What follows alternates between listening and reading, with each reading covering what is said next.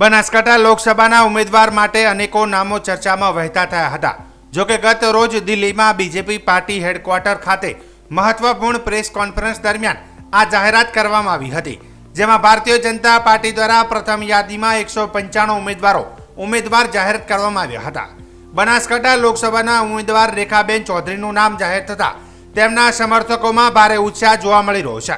ત્યારે વાવ તાલુકા યુવા ભાજપ તેમજ વાવ તાલુકા ભાજપના સંગઠન દ્વારા માર્કા ઘાટે ફટાકડા ફોડી 5 લાખથી વધુના મતોથી વિજય બનાવવાનો સંકલ્પ કર્યો હતો। આ કાર્યક્રમ અંતર્ગત વાવ તાલુકા ભાજપના મહામંત્રી પ્રકાશભાઈ વ્યાસ, ભગવાનભાઈ વ્યાસ, મનુભાઈ મહેતા, કનુભાઈ બારોટ, કિશોરભાઈ બારોટ સહિત ભારતીય જનતા પાર્ટીના કાર્યકર્તાઓ બહોળી સંખ્યામાં ઉપસ્થિત રહ્યા હતા। આપણે જ્યારે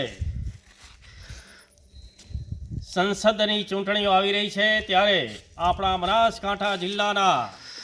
અત્યારે સંસદ સભ્યના ભારતીય જનતા પાર્ટીના ઉમેદવાર તરીકે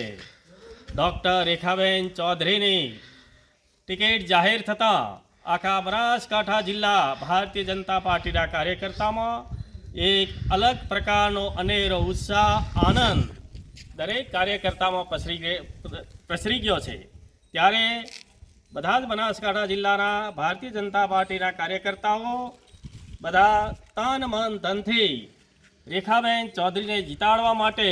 અને આપણા માનનીય પ્રદેશ અધ્યક્ષ માનનીય શ્રી પાટીલ સાહેબ જ્યારે કીધું છે 5 લાખની વધારે લીડથી આપણે જ્યારે બનાસકાંઠા સીટને જીતવાની છે, ત્યારે પણ અમે બધા